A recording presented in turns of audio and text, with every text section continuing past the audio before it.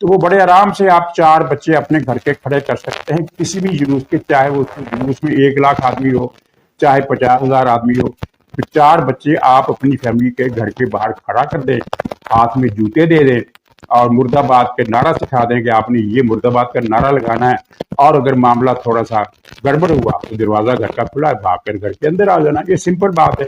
لیکن اس بات کو وہ اس طرح کا رنگ دینے کی کوشش کر رہے ہیں. بھائی کتنے عوام تھے جن لوگوں نے اب تک کی جو ویڈیو فلمیں میں نے دیکھی ہیں، جو ساری کی ساری نیٹ پر آئی ہیں، موجود ہیں، ظاہر ہے ان کے علاوہ اگر کوئی ہوتی تو وہ بھی نیٹ پر آ جاتی، تو ان میں ایک جگہ 4 بچے، ایک جگہ 1 آدمی، ایک جگہ 6 آدمی، یہ 3 واقعات کو وہ بنیاد بنا کر یہ رپورٹ کر رہے ہیں کہ جناب عوام جو ہے وہ مسلم لیگ کے خلاف نکل آئی. اور عوام جو ہے، میں معافی چاہتا ہوں عوام کو مؤنث بول دیا، عوام مذکر ہوتے ہیں اور پاکستان کے عوام تو کچھ زیادہ ہی مذکر ہوتے ہیں. تو خیر اچھا، اب اس جلسے کے بعد یہ کیا ہوگا؟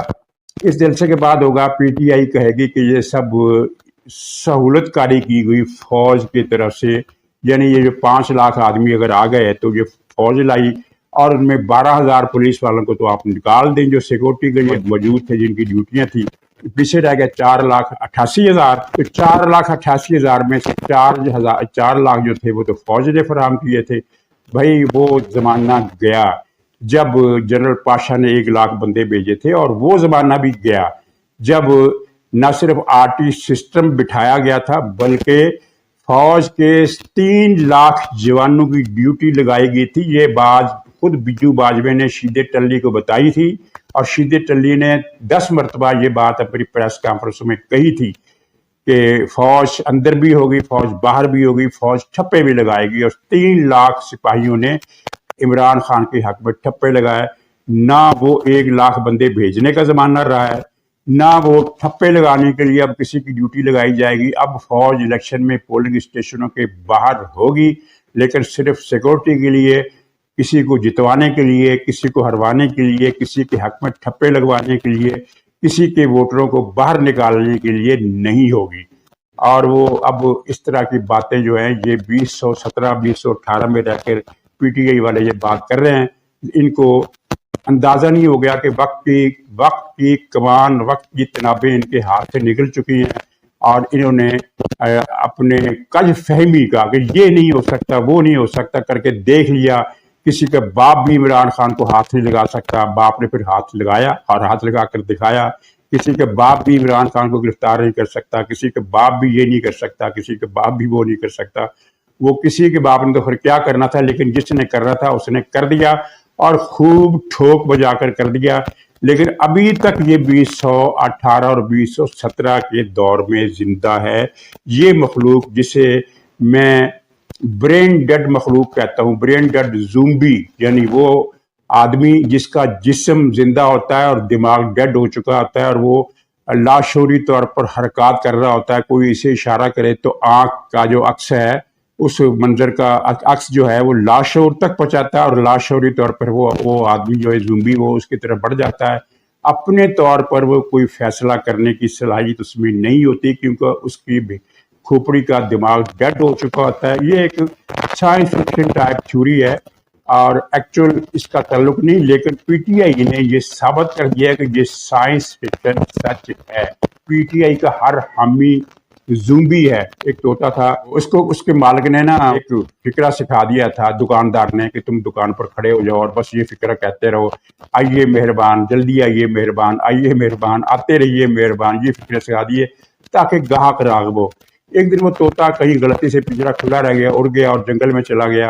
مالک اس کو ڈھونڈتا ہوا پہنچا، وہاں دیکھا تو وہ درخت کی ٹہنی پر بیٹھا ہے اور بہت سارے کبے باری باری آ کر اس کے سر پر ٹھونگے مار رہے ہیں، اور وہ طوطا کہہ رہا ہے جلدی آئیے مہربان، باری باری آئیے مہربان، آپ کی بڑی مہربانی مہربان. اس طرح کی باتیں وہ کر رہا ہے. تو کسی نے ان کو سکھا دیا کہ جناب ایک شخصیت عمران خان کے پاس جیل میں پہنچی ہے، اور عمران خان کو بس یہ پیشکش کر دی، وہ پیشکش کر دی، لیکن عمران خان تو ڈٹ گیا.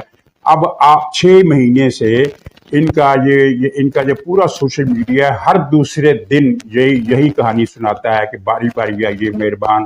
فلاں شخصیت آئی، عمران خان کے پاؤں پڑ گئی، اور عمران خان کو یہ کر دیا. تو نواز شریف صاحب آج جو خطاب کرنے والے ہیں اس میں دو اہم باتیں ہوں گی. بڑی سیدھی سی بات ہے, دو بڑی اہم باتیں ہوں گی. ایک, وہ اس ساری کہانی سے پردہ اٹھائیں گے, اس ساری سازش سے پردہ اٹھائیں گے جو ان کے خلاف 2014 سے شروع ہوئی اور 2017 میں نقطۂ عروج پر پہنچی, اور 6 شیطان ججوں کی طرف سے 5-6 شیطان ججوں کی طرف سے ان کو اقامہ میں نااہل کیا گیا اور پاکستان کی اینٹ سے اینٹ بجا کر رکھ دی گئی. یہ ساری کہانی وہ بیان کریں گے.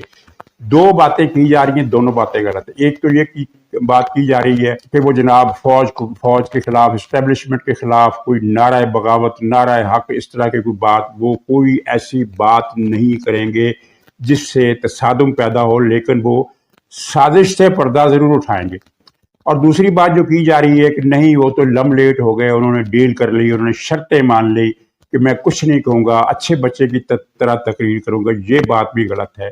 انہوں نے سب کچھ کہنا ہے, لیکن وہ اس بات کا کوئی اعلان جنگ کرنے کے انداز میں نہیں, اعلان بغاوت کرنے کے انداز میں نہیں.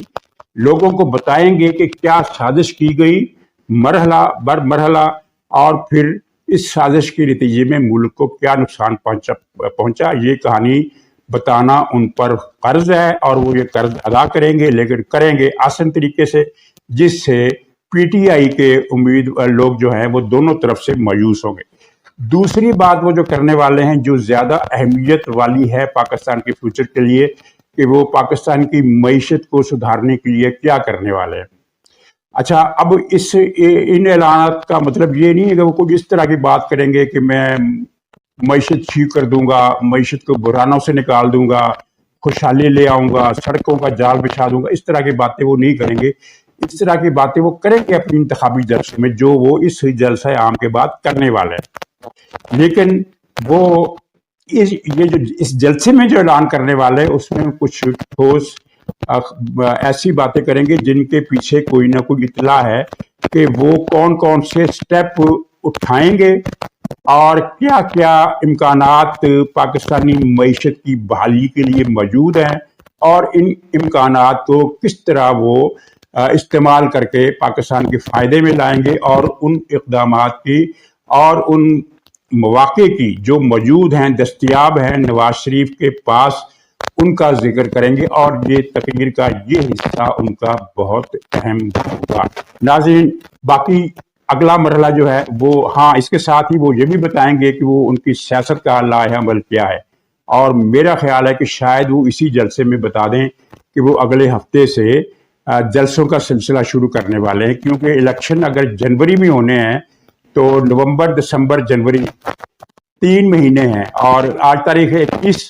اگر وہ اعلان کرتے ہیں کہ میں اگلے ہفتے سے, تو اس کا مطلب یہ ہے کہ وہ ایگزیکٹ 3 مہینے جو مدت ہوتی ہے اس کا باقاعدہ آغاز کرتے ہیں. پولنگ ڈے سے 3 مہینے پہلے الیکشن کی کمپین شروع ہو جاتی ہے, اور اس کے ساتھ ہی دوسری جماعتوں کی انتخابی مہم بھی شروع ہو جائے گی 1 نومبر سے بھی پہلے, 2-3 دن پہلے. تو یہ نواز شریف اس مہم کا اعلان کریں گے, اور ان کے جلسہ عام کے بارے میں جو اطلاع مجھے پہنچی وہ اس طرح کی نہیں ہے کہ وہ ہر روز جلسہ کریں گے. ایک جلسہ کریں گے, اس کے بعد 2 دن وفود سے ملاقاتیں کریں گے, پریس کانفرنسیں کریں گے, یا اخبار نویسوں کو انٹرویو دیں گے, پھر تیسرے دن جلسہ کریں گے. اس طرح کی بات ہے, لیکن حتمی بات ظاہر ہے آج آپ کو مل جائے گی. تو ناظرین, جو نواز شریف کے خلاف سازش ہوئی ظاہر ہے اس میں ججوں کا تذکرہ بہت ضروری ہے, اور وہ کریں گے. آپ دیکھیں کہ کیسے کیسے جج بھرتی کیے گئے. لاہور ہائی کورٹ کے ججوں کا حال آپ نے دیکھ لیا, سپریم کورٹ کے ججوں کا حال دیکھ لیا کہ کس طرح وہ عمران خان کو بلا کر اس کا سپاس نامہ پیش کرتے تھے باقاعدہ.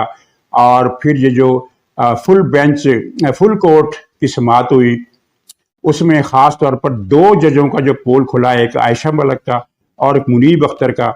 منیب اختر جب کوئی پوائنٹ بتاتے تھے تو وہ بجائے ٹو دی پوائنٹ بات کرنے کے پوری تقریر شروع کر دیتے تھے, اور تقریر کے آخر میں لوگوں کو بھی نہیں پتہ چلتا تھا کہ کس پوائنٹ پر اٹھے تھے, کہنا کیا چاہتے تھے, اور خود انہیں بھی معلوم نہیں ہوتا تھا کہ میں نے کس نقطے کی وضاحت کرنے کے لیے بات شروع کی تھی.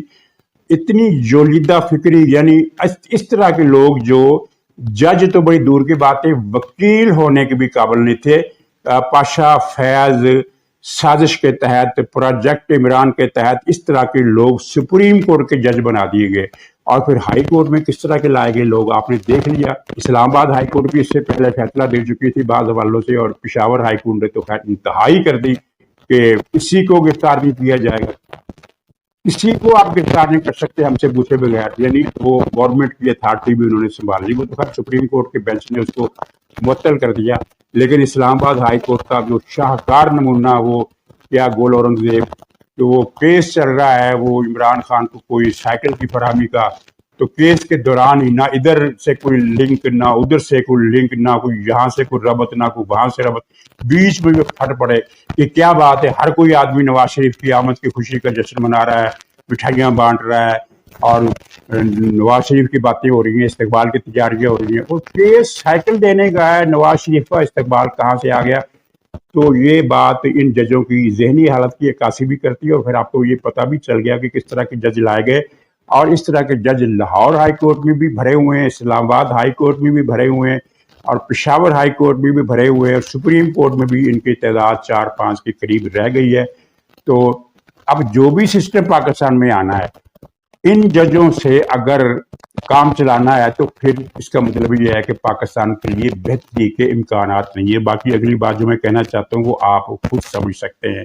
ناظرین، شیدے ٹلی کی ٹھکائی اس طرح سے تو نہیں ہوئی جس طرح بعض ولاگر حضرات نے رپورٹ کی ہے، وہ رپورٹ غلط ہے، لیکن اس کا ٹکور ہوتا رہا ہے. اس کا ذکر میں انشاءاللہ اگلے ولاگ میں کروں گا.